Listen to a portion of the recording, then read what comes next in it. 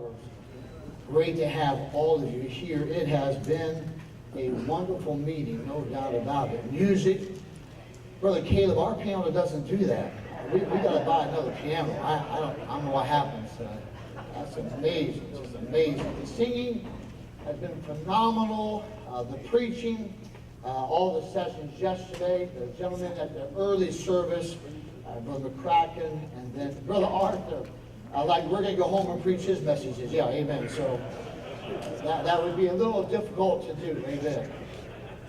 I thank you for the niceties, the amenities, I always say, the accommodations, the fruit basket, the cigarettes, the wine. Thank you very much. Always trying to make us feel at home. Amen. This is really good. Proverbs in chapter 27. Let's all stand, please. Proverbs in chapter 27.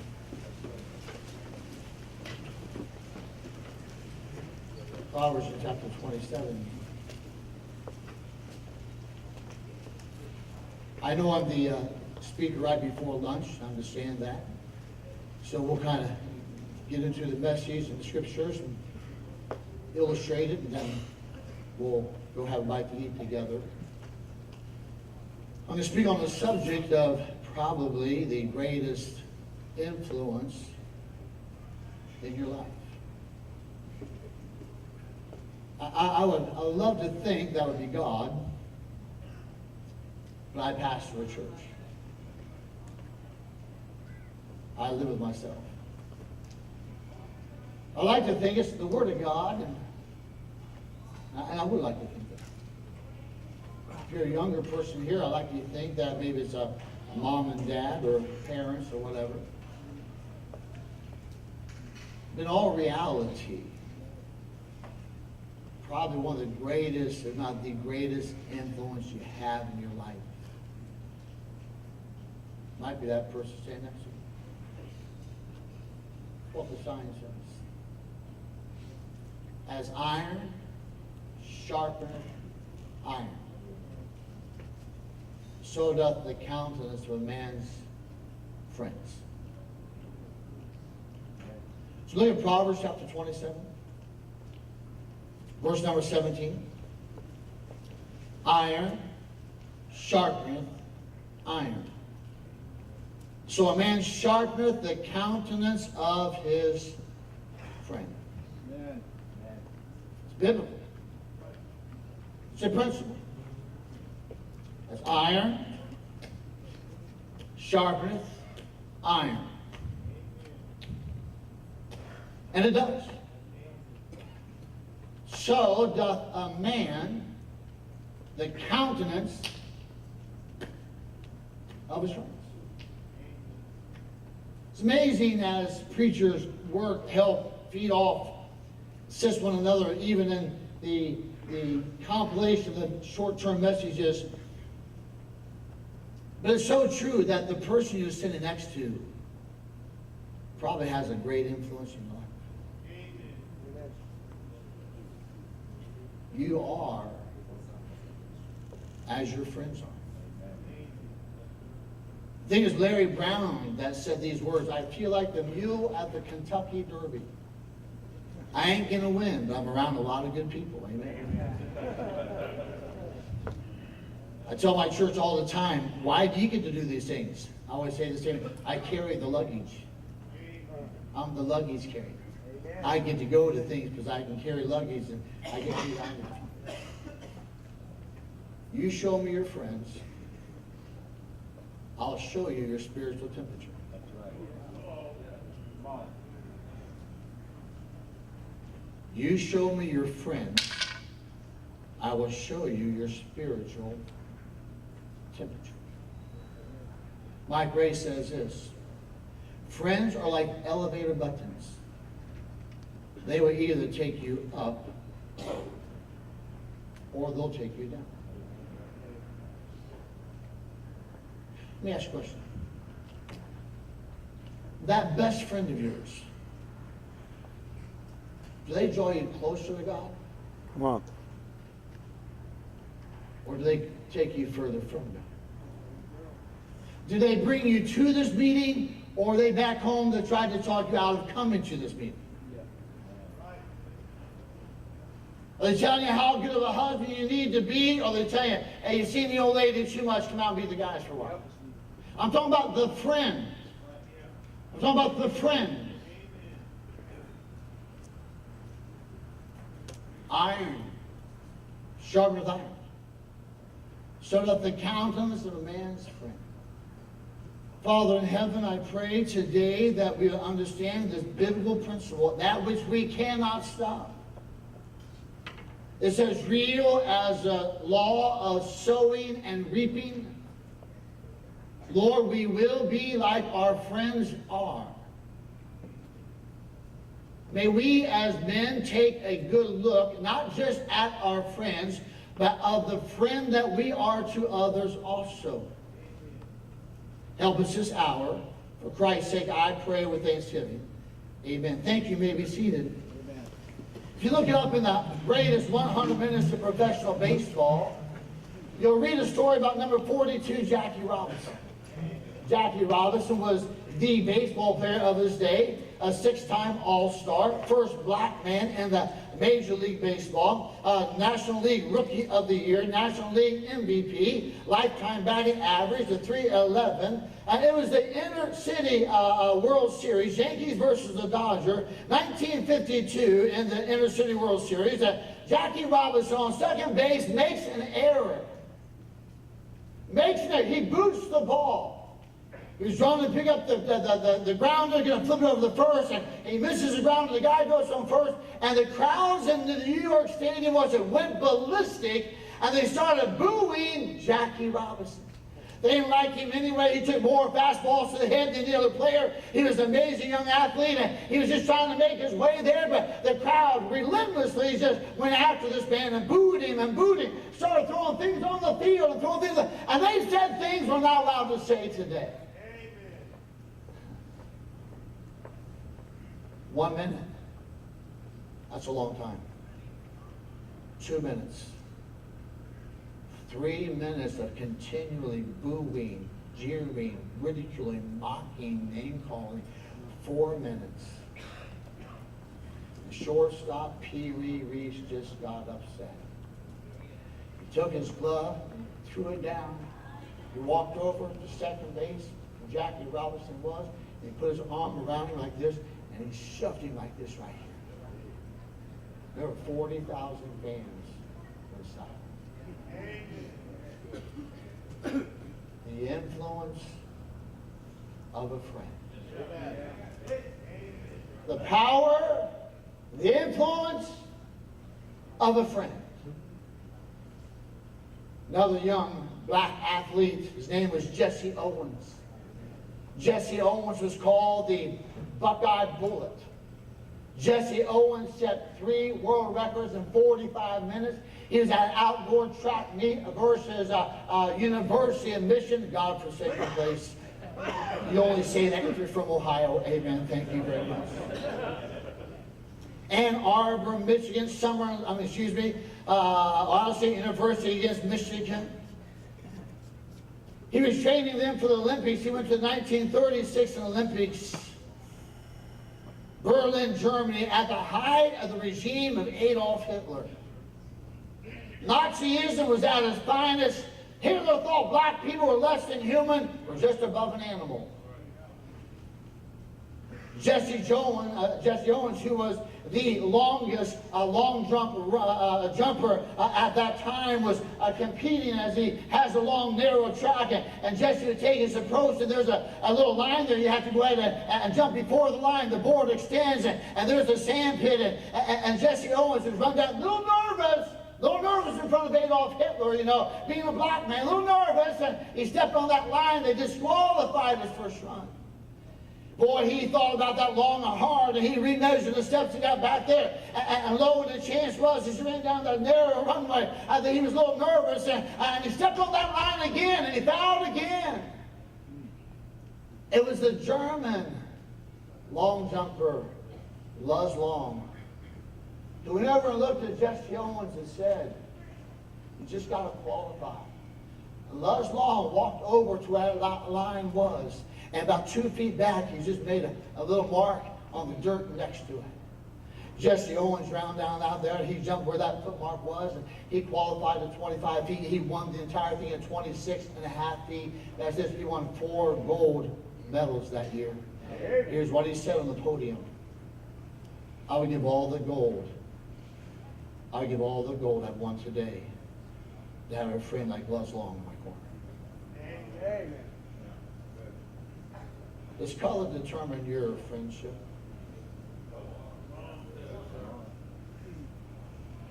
Does your preconceived prejudiceness determine your friendship?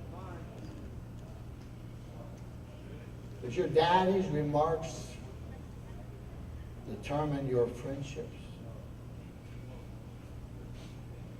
2 North Carolina boys were growing up side by side on their own farms, and they had every friendship there was. And they went to kindergarten together, and elementary school together. They went to high school together. They would double date their dates together. They had a ball. They lined up and they got and served in the service together. For some reason, not allowed to go with your buddy, but this how it worked out. They were put in the same position. It was a horrible front in Vietnam, and sure enough, it was a dark midnight hour, and there was a blazing, bullets flying every place. And boy, they were hunkering down there, and the enemy was there. This one young man was out of the Fox trench. He's up there making some advance. He got mortally wounded.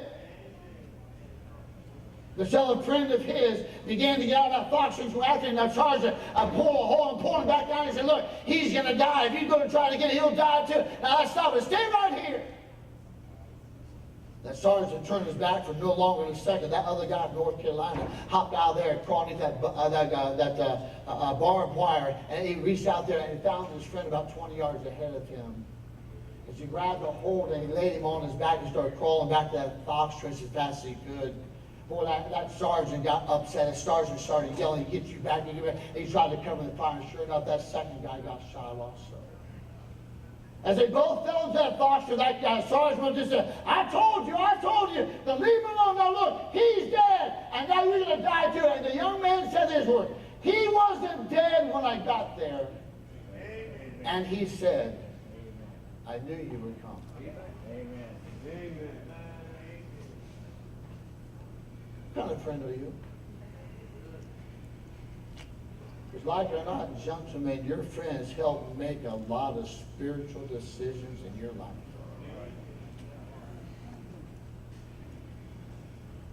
The influence of a friend. Simon was with Jesus at his house. Mary was there. Lazarus was there. Jesus was there. It's 6 days before Jesus Christ is crucified, and Lazarus is the wanted man. Jesus is the wanted man. Who would have 2 wanted men at their home for dinner? Simon. Simon. Why, Simon? As I sit at my table, before I have blessing for the food, I'm reaching out to touch my wife's hand and holding it to pray for the food. Before I have this meal, I'm reaching out and taking my daughter's hand over here. I'm going to squeeze my daughter's hand, and we're going to pray for the food, and we're going to welcome Jesus and Mary and Lazarus and all the other friends. You see, just some time ago, I couldn't hold their hand because I was the leper. Jesus touched me. Because Jesus touched me, and I can have him sit at my table. Friends greatly influence those around you. I'll show you the friendship. Take your Bibles and turn to 2 Samuel. 2 Samuel, please. Chapter 13. 2 Samuel chapter 13. You never have to read vulgar books or pornography. The Bible's full of gross stuff. It's amazing.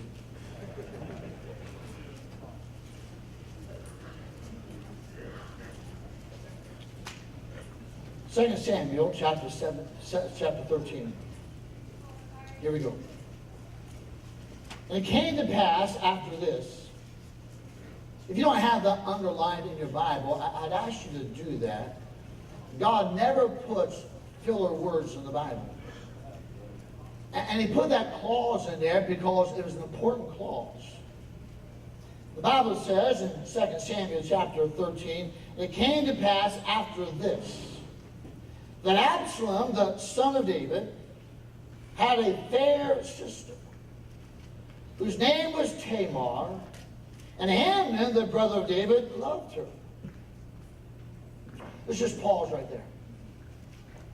It's amazing how God allows you and I into every little story of the Bible.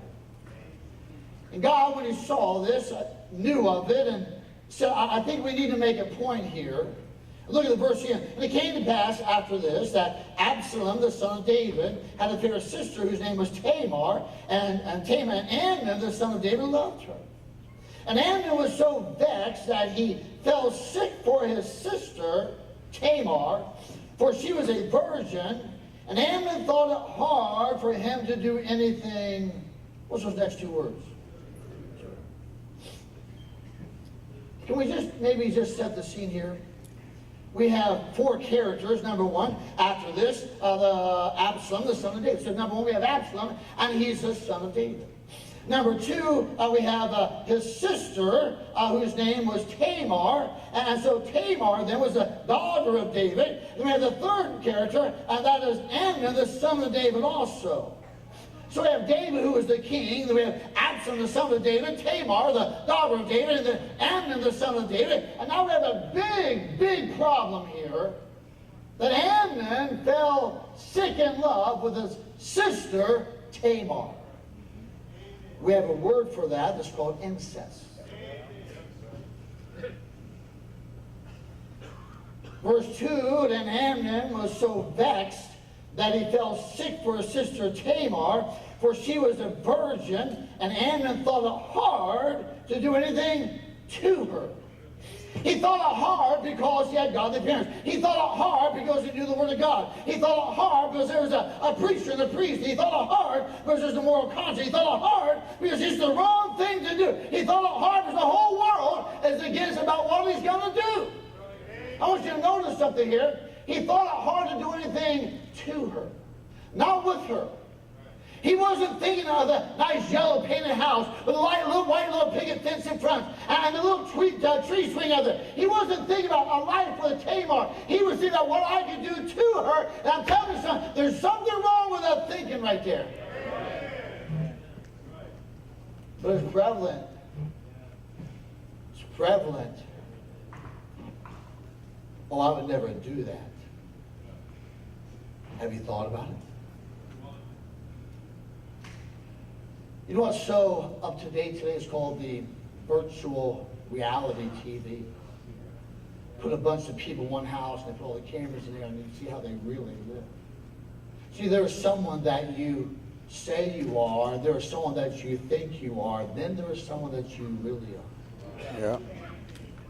You know what this is? This is a glimpse of how someone really was. Here's a man that was so sick with his own infatuation that he's fallen in love with his own sister who was beautiful, was a virgin, and his feelings got away from him. But no, I can't do it. Oh, no, I know this is wrong. Dad, Mom, everyone's against it. A preacher, church, morality, society, this is all wrong. There's no way in the world I can act upon this. Look at verse number 3. But Amnon had a what?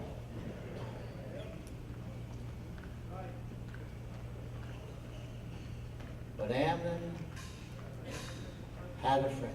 If you've been in church any length of time, your pastor's preached on this passage. I've preached on this passage. Whose name was Jonadab, the son of Shimei, David's brother. And Jonadab was a very subtle man. Jonadab wasn't the guy you brought home and introduced to mom. Jonadab wasn't the guy you talked with in public and school. But everyone knew Jonadab. And there's always a Jonadab in your life. There always is. And Jonadab said to him, Why art thou, being the king's son, lean from day to day? Wilt thou not tell me? And Amnon said, This is weird, man. I got you. I love Tamar, my brother Absalom's sister. Ooh. You love your sister. I mean, like you think, ooh.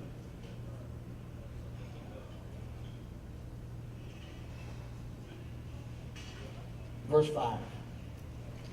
And Jonadab said unto him, lay thee down on thy bed and make thyself sick. And when thy father cometh to see thee, say unto him, I pray thee, let my sister Tamar come and give me meat and dress the meat in my side, that I may see it and eat it at her hand. I like verse 4 in this introduces itself. It said, why art thou, being the king's son, weaned from David? What's wrong with you, big boy? Come on. Yeah. Verse 6, so Amnon lay down and made himself sick, and when the king was come to see him, Amnon said unto the king, I pray thee, let Tamar my sister come and make a couple of cakes in my side, that I may eat at her hand. Then David sent home to Tamar, saying, go now to thy brother Amnon's house and dress the meat. And so Tamar went to her brother Amnon's house, and he was laid down, and she took flour and kneaded it, and made cakes in the side, and did bake her cakes, the cakes. And she took up hand and poured them out before him. But he refused to eat. And Amnon said, have out all men from me. And they went out every man from him. Amnon said to Tamar, bring the meat into the chamber, that I may eat of thy hand.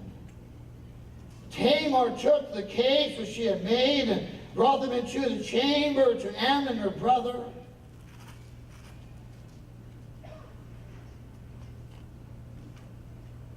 And when she had brought them in to him to eat, he took hold of her, said unto her, come, lie with me, my sister. Can I pause just for a minute? Did you ever stop and think about that?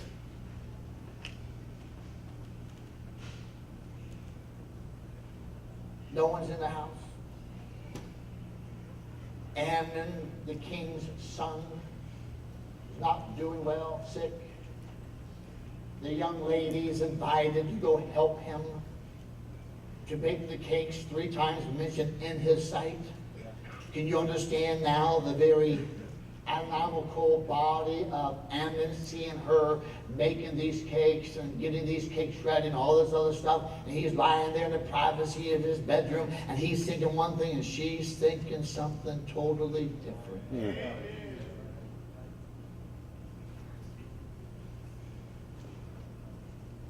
And then when she served the cakes, brought them to him to eat, and he took hold of her and said unto her, come, lie with me, my sister.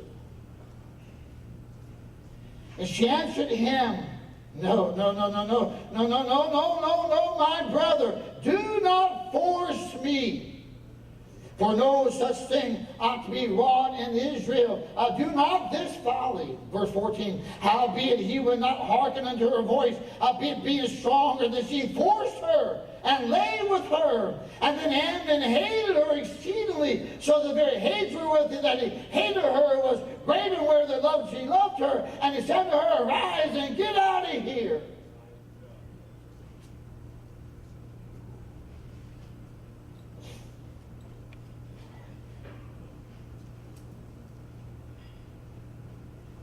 Sometimes, if you're in hideous times,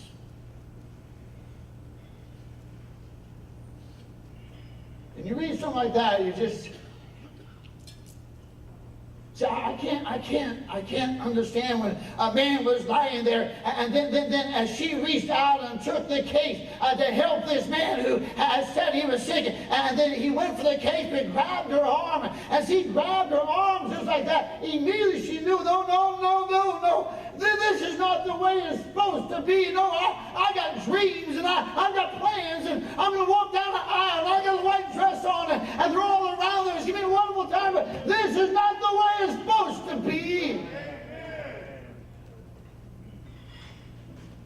me tell you something. That's someone's daughter. Look up here. That's someone's daughter. Hey, look up here, good young man. That's not a playground. That's not a toy. That's not an experiment. Hey, that's somebody's daughter. That's somebody's daughter. That's somebody's daughter. Got dreams for that girl. I got goals for that girl. Hey, I got a life for that. Hey, don't you defile that girl. She pleaded. Oh, no, Naomi, no, not this man. Oh, no, Naomi, please. No, Naomi, but he forced her.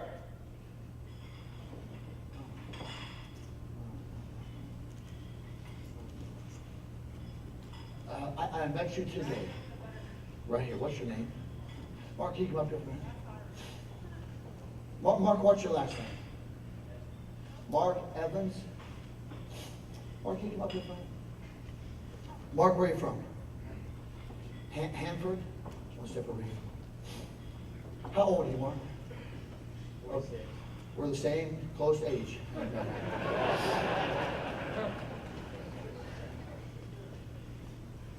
Mark? I don't know Mark Evans.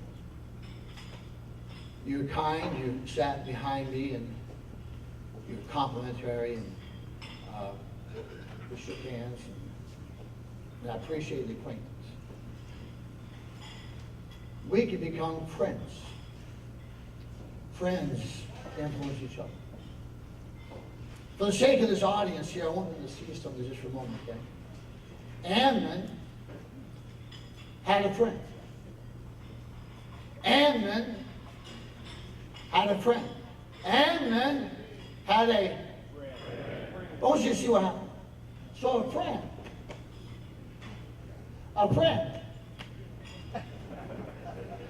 friend got a friend to lie. So that's what happened. A friend got another friend right here to go against his parents. It's okay, your dad won't know. Hey, you come to my house and we'll just go out. Your dad, your old man won't know. Who was that? A friend. A friend. So a friend got a friend to lie. A friend got a friend to go against his parents. A friend got a friend to defile his own conscience. He knows it's wrong. He can't do it. He put the brakes on. He stopped right there. He didn't cross the line. But a friend said, oh no, it's okay, big boy. It's all right. I mean, live your own life. And a friend got a friend to lie. And a friend got a friend to go against his parents. And a friend got a friend to go against his own conscience. A friend got a friend to break the law. A friend got a friend to break the law. A friend got a friend, watch this, a friend got a friend to rape a girl. Do you hear that? A friend got a friend to rape a girl against her willingness, against her testimony, against her parents, in a secret place. Oh, that's what a friend did. A friend got a friend to lie. A friend got a friend to deceive. A friend got a friend to go against his parents. A friend got a friend to go against his moral conscience. A friend got a friend to go against all morality of the land. A friend got a friend to commit a crime. A friend got a friend to rape a girl. A friend got a friend to commit incest. Not just another girl, not a street girl, not a prostitute, but a sister. A friend in there. Friend. A friend got a friend to ruin his reputation. A friend got a friend to ruin his life. Not a stranger. Not a stranger. Not some guy that advertised, I'm going to ruin your life. I'm going to make your life miserable. You'll be noted in the eternal book of history as a loser, as a sorrowful person, as a pervert. Hey, you got that guy to do that? A friend got him to do that. Within 2 years, he's dead. Hey, within 2 years, he's dead. If this did not happen, you can change the next 6 or 8 chapters in the entire Bible. That's your question. What can your friends get you to do that you would not normally do yourself? Get kicked out of college, leave the ministry, get out of church, get out of the will of God. Who did that? A friend. A friend. A friend.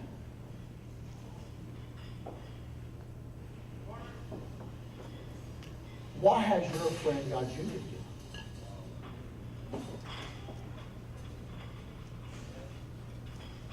Did you play golf or go to church? On Sunday, which one? Did you go boating? Did you go sewing? Which one? Come on, man, let's be men. Let's be men. That best buddy of yours, that friend of yours, is he taking you higher? Is he taking you lower? Is he drawing you closer to God? Is he drawing you further from God? I just want to know, hey, which way is your friends taking you? That's why I like coming here. That man right there, Brother King, has made me a better person. That song that Brother Crockett made me a better person. Brother McCracken, I heard him preach today, first time I believe in my life. I think I met him one time before. He's made me a better person. Brother Giovanelli here was a student. I taught him 4 years at Bible college. He did a wonderful job. He's back here. He has helped mentoring me. He is my friend.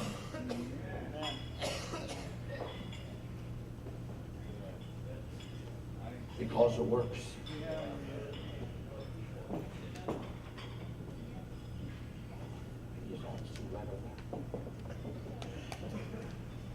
She is 41. Her daughter's 20. No dad in the picture. Let's go back 20 years ago. Young couple met in high school sweethearts. They decided to get married. He was pure. She was pure. They waited themselves, going to have this wonderful union of the two of them. The night before of his wonderful day to be married, 2 or 3 of his buddies said, let's just go out for our last night, big boy. That young man wanted to be with his buddies, his friends, and they went out and they went out and they had some fun. And he said, they took him to a bar. He didn't drink. Not going to drink. They said, come on, man, just for the buddies, before you get married, you be tied down. Just come on, just have fun with the buddies, things like that. He said, guys, look, I'm getting married tomorrow. It's not worth it to me. It's okay. And they just kept needling him and getting after him. And pretty soon they set that one little drink in front of him. And so they said, just a little shot of vodka. So just throw her down there, man, beat the buzz. We'll all put fists together. Okay, man, here you go. And that young man took the first drink of his life and threw it down there. Whew. Boy, his eyes just got watery just like that. And boy, kind of went down, kind of came back. How do you know, Brother Jim? I told him all about this stuff.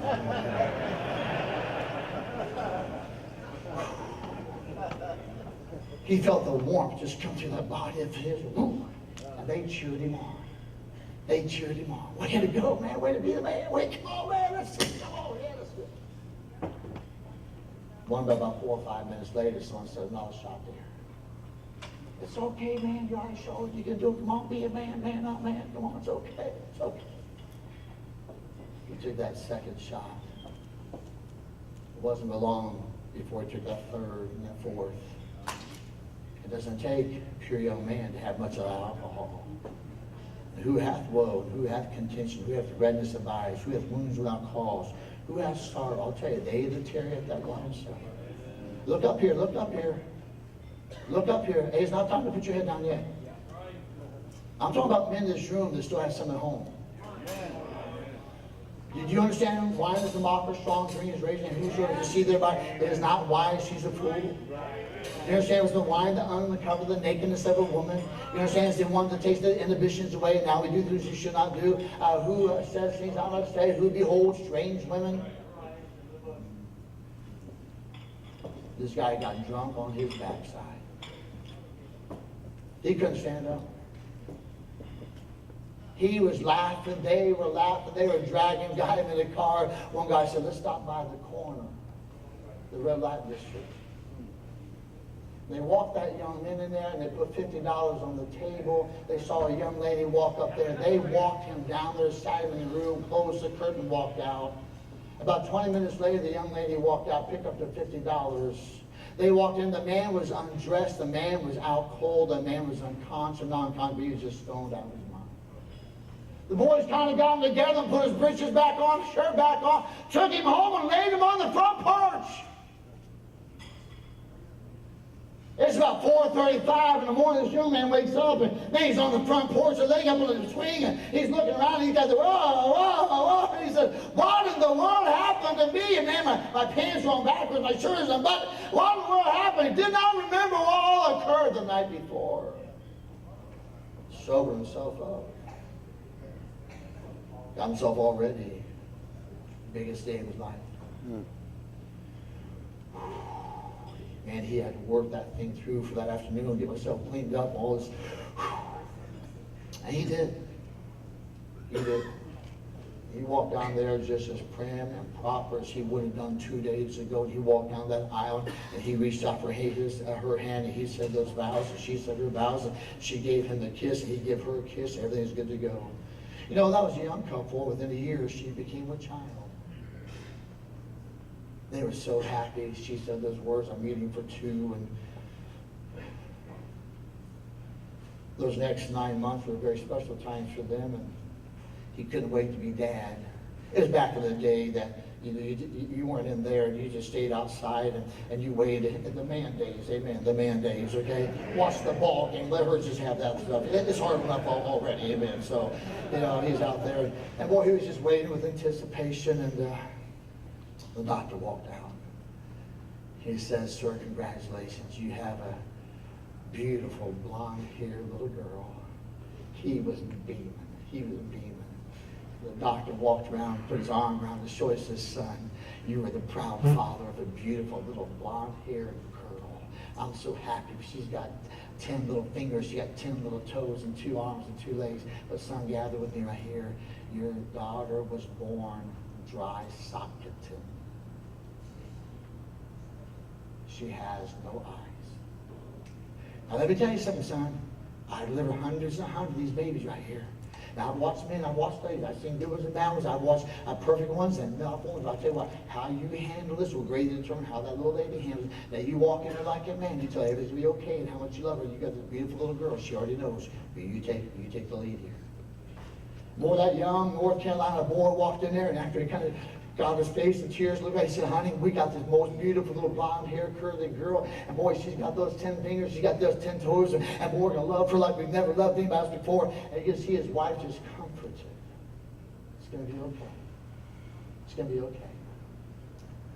About 5 weeks went by, and the doctor called him in there, and I just need to talk to you. It's our responsibility. So I need to ask you a question. Which one of you were not faithful before you got married? She came unglued because he told me, and she turned and said, honey, that's something we promised, and we begged, and we discussed it, honey, how dare you? And he said, honey, it was the night before. My friends took me out. She grew up fine. She's 21 years old today. Never seen a day living life. Her first birthday, they don't understand for her second birthday, she's walk around a little bit and she could feel that little hat up there, a little tassel up there. She could blow the horn, she could feel the things, she could the little gray shandy there. Then she asked her daddy, and she said, Daddy, where's my gift, Daddy? And Daddy said, honey, I've already given you a gift. No, Daddy. Well, I thought you were going to give me eyes this year.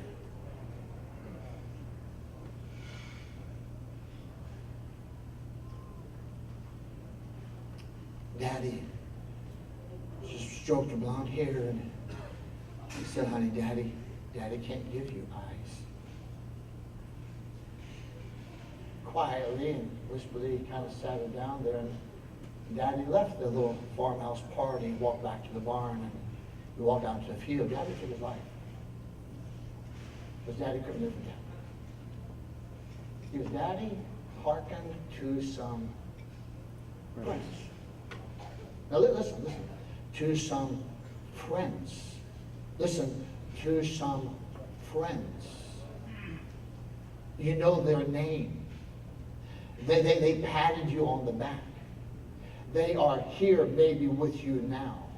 They're waiting for you when you get home. Listen, men. Listen, gentlemen. I've watched far more men get out of the will of God. Not because of a preacher. Not because of preaching. Not because of a wife. Not because of financial wrong. But because of a friend.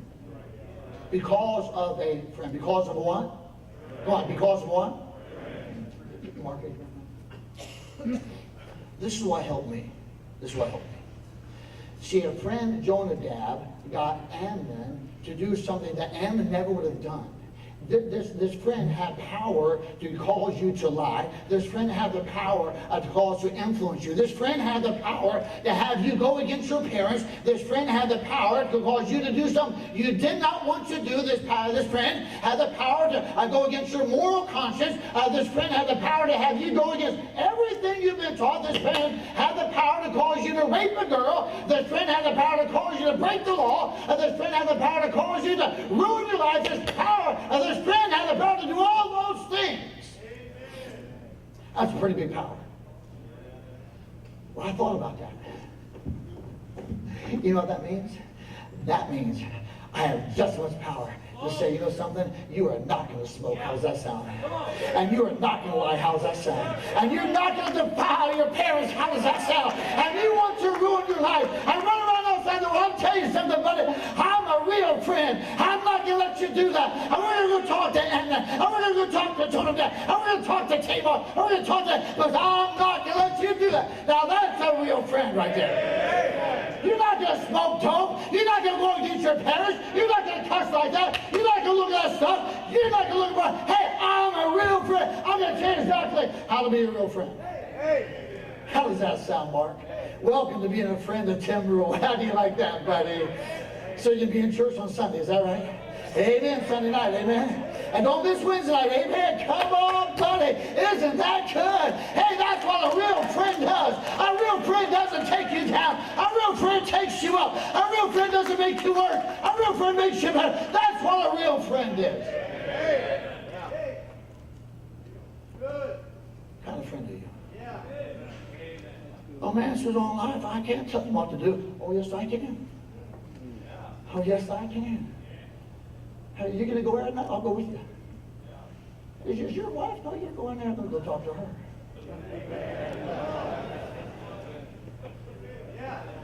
Well, I wouldn't do that. Then I wouldn't have you as my friend. Did you just hear that? I wouldn't have you. Well, you're a dime a dozen.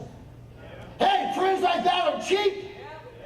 Ain't nobody calls his son Jonadab. Yeah. Right.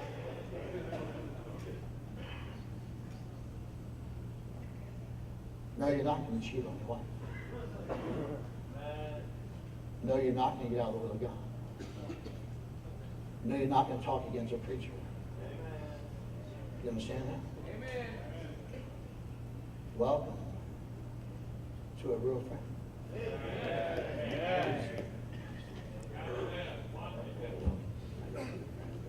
Yeah. You got it. Amen.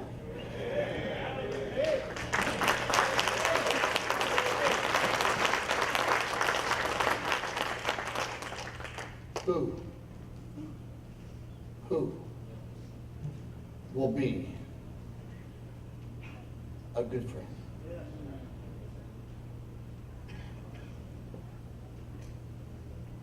Who? I'm asking. Who will be good? Thank you. Stand up. Amen. Amen. Amen. I like when you say, hey, don't come to me saying you think, hey, wait a minute, Joe, thank you. Who will be a good friend?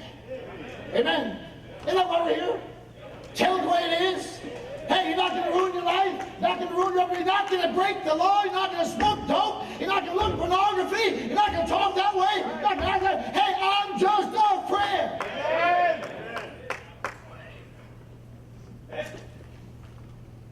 In 24 hours, you'll be tested. Hey man, I just got this picture of you. Hey, get that off your phone now. That was your test. That was your test. Hey, let's go. No. Got to be in church tomorrow. No, that was your test. 24 hours. What? 24 hours. God's going to test you about your real friendship. Come on. What y'all say is right now. Anyone can stand. Anyone can stand. Hey, it was a friend that got me to smoke. It was the friend that got me to do. See, God help me. I don't have that pure, all testimony. I don't have that. But I'll tell you right now, the memories that linger in my mind when I'm on my knees and praying to God Almighty, and something so filthy for 40 years ago because of my life, I wish I could say, why didn't someone help me? Amen. Can I ask an honest question? When he grabbed her arm, why didn't someone go beat the fire out of him? Well, why did someone walk up and say, that ain't right, he's in his bedroom? He's got a hold of you. Hey, Amber, what are you doing in there? Amber, get your hand off her. Amber, leave her. Hey, stop that stuff here. Why didn't somebody be a friend? I don't know, you know somebody, don't you? On the side right now, I may be cheating on his wife, or looking at pornography, or getting out of church, or doing things on. Hey, why haven't you still said, I'll stop the man?